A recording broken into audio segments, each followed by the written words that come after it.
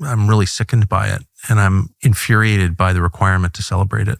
And I've said this to anyone who will listen. I think this will end the Republican Party. I don't think they're going to get elected to anything anytime soon after this if they don't pull back and establish independence from this Israel or any other foreign power. Tucker Carlson just exposed Israel's true plans in Gaza and the West Bank as Netanyahu plans to invade Gaza, occupy it, and control it fully, backed by the United States. He also gets into how the administration is trying to sell this and what the political ramifications are within the United States. This is in the context of an interview with a State Department whistleblower who was just fired for not being pro-Israel enough. So let's get his take on this. Please like the video and subscribe to the channel. What I'm not in favor of is moving in radical directions on behalf of a foreign country whose interests are not the same as ours, that are aligned on some things and diverge at other points, but are not the same. Why would you want to be radical on behalf of another country? Right. It makes no sense. Well, it's unpatriotic. Yes. It's totally wrong. And it's America last. It's also a form of treachery, I think. Subverting our foreign policy on behalf of another country that I wasn't not a citizen of that country. This is my tax dollars. What are you doing? Right? Right. And we did all of this. We're burning diplomatic capital left and right. Australia, the UK, Canada, we have all these U.S. allies considering recognizing the Palestinian state.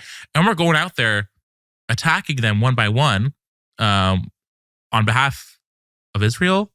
Those are our partners. Is it worth? But we're also not, all those countries have basically eliminated human rights in their own countries, eliminated freedom of speech, freedom of movement, freedom of association. They've got political prisoners. It's crazy what those countries are doing to their own citizens. We don't say a word. But if they criticize another country, then we attack them? Yeah, we have other issues we could discuss with them, but instead we choose to make Israel this odd red line. And it takes a lot of diplomatic capital to attack your allies.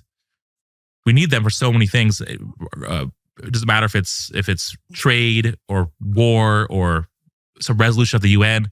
This is horrific. So I want to ask you a couple just policy questions. And just if you don't mind. Sure. Israel first is America last. These two are right about that. And the U.S. does burn diplomatic capital by backing Israel to the core, no matter what it does in Gaza, no matter how many U.S. interests are shelled for the sake of Israel. One recent example was deciding abruptly to bomb Iran rather to come to a peaceful resolution for a new inspections regime in the new form of a JCPOA-like agreement. But instead of that, nope, we're going to change our diplomatic strategy to say, hey, you can't have a nuclear weapons program, you can't enrich uranium at all. That was a poison pill designed to collaborate with Netanyahu and put regime change on the table in a war that isn't over.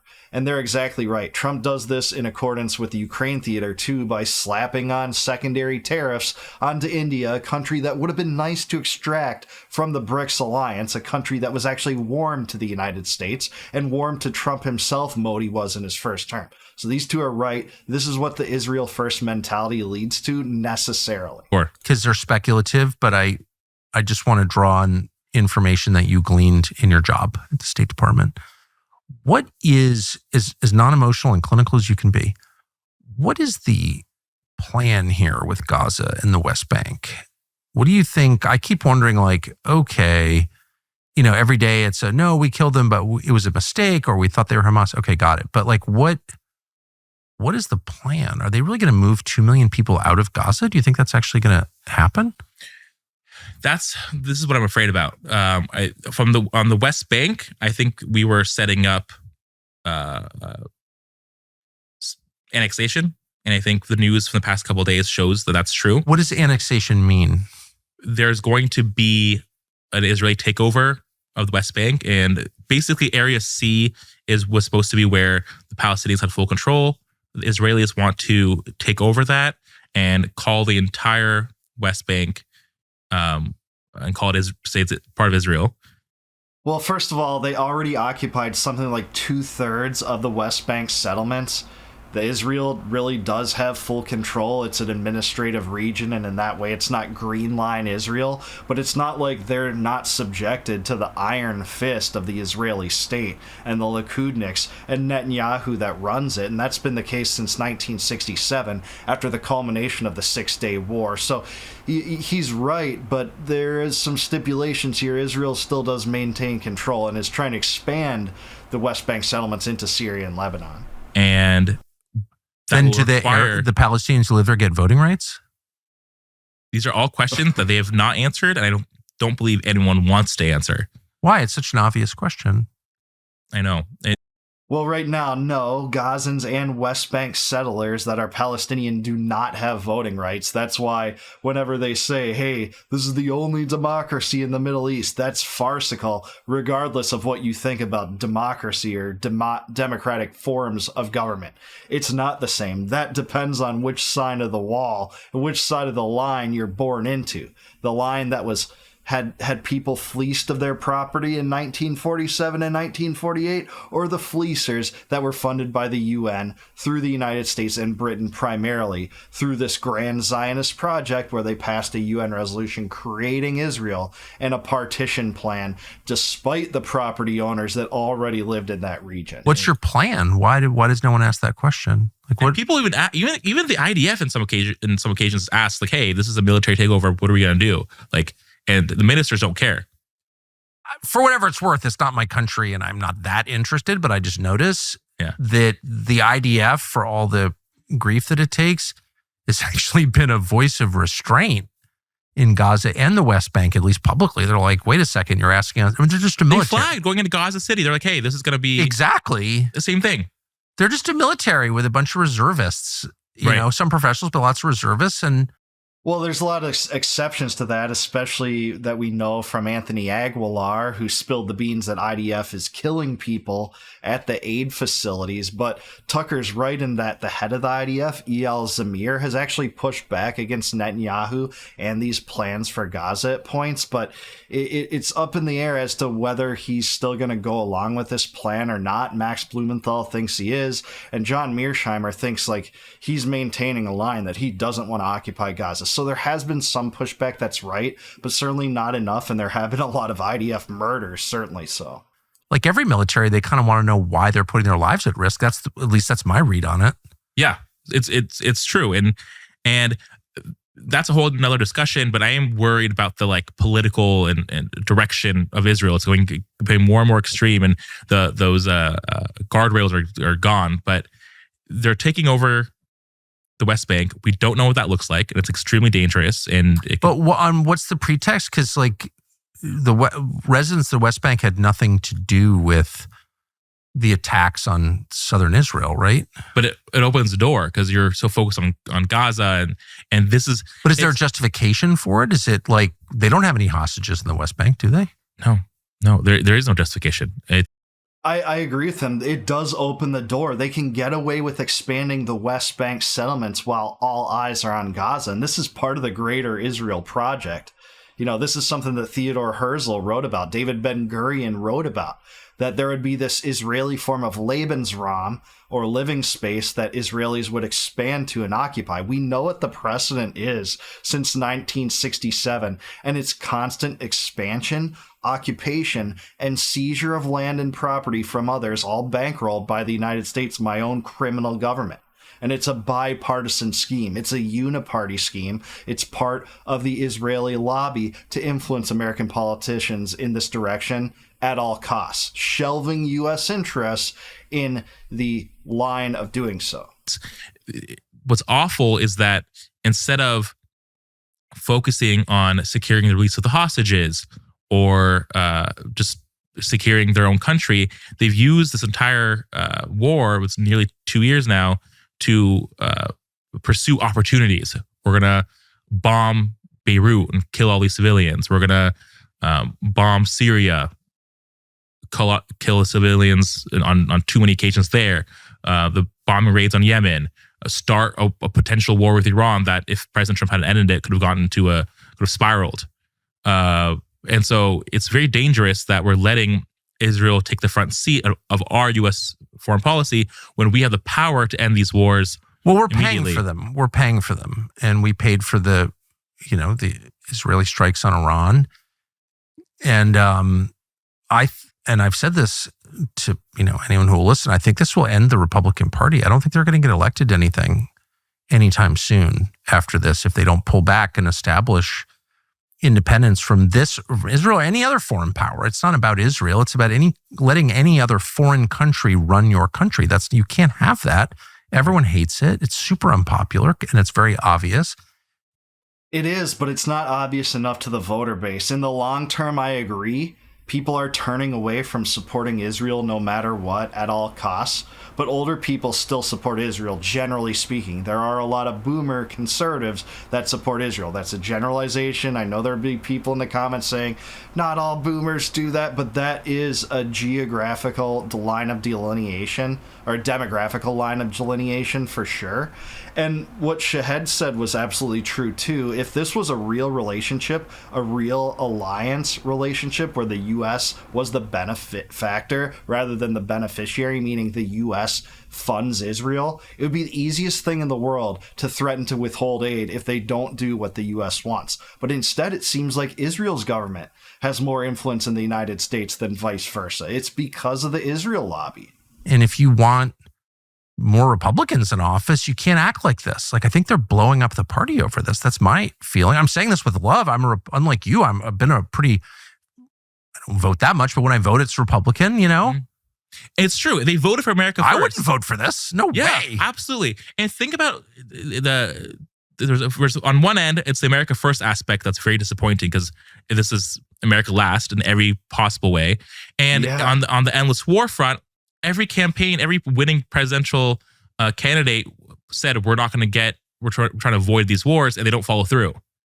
And that's exactly right. George W. Bush campaigned against nation building. Obama campaigned against reckless, authoritative executive power and waging wars unilaterally. He said Iraq was a big mistake. Trump said non-interventionist generally is the course I want to follow. I'm going to end the wars. I didn't start a new war was his big line in the first term, even though he exacerbated a few different theaters, including Syria and Yemen. But that's another topic. But he's exactly right. That's how presidents campaign, and then they govern in a very different direction, Trump included. Yet we're now funding this disaster in Gaza.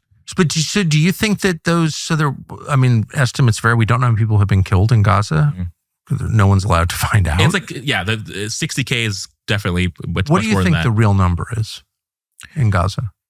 I've read other folks who've give their estimates, and it's always 100,000 up to 200,000, even more. So the numbers that I've seen on the estimate scale are perfect. Do our intel agencies have good estimates on this? I would imagine. But those haven't percolated down to the State Department at your level anyway. Yeah. No, absolutely not. And I wish we could be discussing this. And a lot of the numbers suggest that it's over 62,000. That's how many the Israelis acknowledge. But that's, following Israeli information on this. At the very least, I think it's about 100,000 if you listen to other estimates. And those numbers, even if it's just 100,000, it doesn't include the multitudes of people missing because of the displacement of Gazans, primarily from the northern region down to the southern region near Rafah, which also is ruins. Rafah is where they plan to build a concentration zone. And if you don't believe me on that, read what Israel Katz has talked about regarding that. He calls it a humanitarian city, but he talks about transfers and relocations, and it sounds wildly reminiscent of a German-style concentration camp. And this has been blasted by Ehud Olmert. But those numbers don't include the multitudes that are missing, many of which can be presumed dead. Also horrified, not just from the sheer numbers of killed, it's the lingering psychological effect of these poor civilians, like children who've lost limbs, children who lost parents, who the damage is going to be decades and decades long. For sure. And there will be radicalism, and probably including violence. And I just pray it's not directed against the United States, but I fear that it will be. But that leaves 2 million people still in Gaza, Palestinians, mostly Muslim, but also Christians. What happens to them? I just keep wondering what happens to them. The policy, the comments, the policies have always shown a certain disdain. It's like, oh, we'll pay them off for them to move out. They're not actually starving. It's all these. They're not only are they getting bombed and lose their homes and their family members, they're being like thrown around like this annoyance. And it's horrible. But just based on the reporting, it looks like we are trying to push them out to a different country. Certainly so. Actually, it sounds like the Trump administration's trying to negotiate with other powers to take them to Egypt. Doesn't want them. Gaza used to be under the control of Egypt. And despite the fact that the U.S. gives Egypt something like $1.3 or $1.5 billion a year since the Camp David Accords, and the reason is so that they don't go to war with Israel anymore like they did in 67 and 73. But Egypt still won't take those refugees, and they're going to push them out regardless and, create concentration camps for the remainders, it sounds like. Every 2 months, there's a new rumor. Seems like we're talking to these other countries in Africa. The U.S. government is? Well, depends on each specific case. There has been reporting that Israel's trying to do this on their own, and if we're involved. And there's also been some reporting on whether our own government officials have spoken with like the Libyan government as well. So do you think it's possible that U.S. government officials have talked to foreign governments about accepting the population of Gaza as refugees? Do you think that's possible? Yes. Do you think that happened? It's probable. That's disgusting. I mean, that's just like shocking to me. I don't want to believe that could be true. Yeah. And why are we doing that? What do we have to do with this? Right. And it's always about our diplomatic power. Like Israel's diplomatic power is limited, but who can get these objectives done? We can. Yeah, instead, the United States looks the other way. They pretend this isn't happening, or Trump commonly says, well, that's a question for Netanyahu. That's up to my boss, essentially is what he's saying in those circumstances. And this is over so many different things, from Iran to this, to Yemen, to Syria, to Iraq. The United States defers to Israel first pertaining to its foreign policy in too many matters. So often is it the case that the U.S., just discards its own visions for prioritization of domestic affairs for the sake of this foreign government, this criminal government that Americans generally want no part of. But guess who does? The military-industrial complex and AIPAC. Well, free America from AIPAC, I say. So that's why in our last act as a superpower. Yeah, that's why these officials from Embassy Jerusalem are dangerous, because they're that connection's being made right on. Like you commit a trial. Well, first of all, Mike Huckabee endorsing Dresden. I just refer you to the New Testament. That is not permitted for Christians to be in favor of that. It's just not even close. So I don't know. Yeah, the gospel is for all. That's vile if you're a Christian. And Mike Huckabee is one of the most vile fiends, talking so calmly and complacently about why the U.S. has to support Israel at all costs. But that's the fruits of an Israel First administration funded by Miriam Adelson. You get Adelson's men. Huckabee's one of them.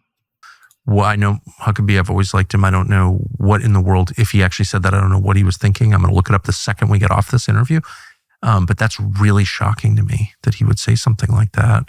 But in general, there's been a coarsening, I think, of people watching this stuff, celebrating pager attacks and people getting their dicks blown off. Stuff. I mean, like, why would we celebrate that? Yeah. But Ben Shapiro was on there jumping up and down with glee when that happened.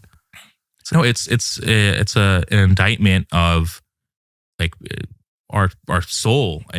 Why did we lose this ability to empathize with other people? If you think it's thrilling that a country would indiscriminately detonate explosives in people's pockets, well, they don't know who's holding those things, actually. They don't know who's standing next to them. If you think that's great, children died. Oh, I know. Anyway, I'm really sickened by it, and I'm infuriated by the requirement to celebrate it. Yeah, reprehensible is that terrorist act that was the exploding pagers that did, according to Qureshi, he's right about this, kill children. They couldn't have been sure about where those pagers would have been, or every one of those people were Hamas or Hezbollah targeting them in such a way. And all the neocons and Zionists, he's right, did cheer it here. The Mark Levins and Ben Shapiro's of the world talked about how base this was, an act of terrorism that with collateral damage, but they just dismiss it because, oh, you know, it was mostly Hamas and they just use human shields. So we're just going to forget about the collateral damage that occurs in this. It's how they justify all the atrocities in Gaza, too. They say, oh, they have underground tunnels and they're using human shields. We can't help it but kill innocents to get to Hamas. Well, that excuse would not fly anywhere other than Israel. It wouldn't fly in the United States. If a criminal takes 5 child prisoners into a hospital and then the U.S. administration's like, well, what do we do? Well, you know, we're not going to use special forces. We're just going to drop a bomb over the entire facility, killing everyone. Again, would not fly. No one would accept it. Left, right, it would be condemned. It would be violence of the highest degree, a true act of duplicity in government and treacherous. Well, that's what Israel is doing. And the U.S. is complicit in it by looking the other way, refusing to withhold aid, getting the Congress whipped in favor of supporting these bipartisan Israel First projects and Israel First financial packages, and then claiming, oh, the biggest problem in society is anti-Semitism, by the way. It's not, you know, our criminal foreign policy. It's not speaking out, you know, in favor of Israel and what it's done and the vile and reprehensible actions of its government. No. You know, it's anti-Semitism. That's their line. But they're going to justify it no matter what. Look, this is all part of the greater Israel project to expand Israel's borders. Netanyahu's been pretty clear about that. He's held up maps at some points that show his desired borders for where Israel is and where it will expand to, taking part of Sinai, that's Egypt's, taking part of the West Bank settlements, more portions of Lebanon and Syria. That's why they wanted to overthrow Assad, to try to destabilize Syria, to make that easier. That's what they want to do with Lebanon and Iran, by the way. And Iraq forms part of the borders of some of the greater Israel maps, too. So this whole thing is lunatic foreign policy. It's America last. The better solution is to stop the obsession with Israel from the United States politicians' point of view, and withdraw all forces from the Middle East. Get out of those stupid entangling alliances, bring the troops home, stop funding Netanyahu at all costs, stop being controlled by the Israel lobby, supporting people like Ro Khanna and Marjorie Taylor Greene and Thomas Massey that actually had the cojones to talk about it, and spread the truth about the Israel lobby in the United States and AIPAC's influence and power, which is catastrophic. But I do want to hear from you. Let me know down below. Is Tucker Carlson and his guest right about Israel's policy for the West Bank and for Gaza? Is the Israel First foreign policy experiment a total failure? And what are the ramifications going forward for this? Let me know in the comments down below. Please like the video, subscribe to the channel, also subscribe to Tucker. I really appreciated this interview. It was fantastic. And please consider becoming a YouTube member. If you click the join button below, you can help support the channel. And in return, I'll give you access especially to all of my members only videos that are there before they go live on Facebook. You can view them if you become a member of this channel. And until I see you guys next time, no more war, no more debt, no more inflation, and no more empire. Peace out, guys. Catch you in the next one.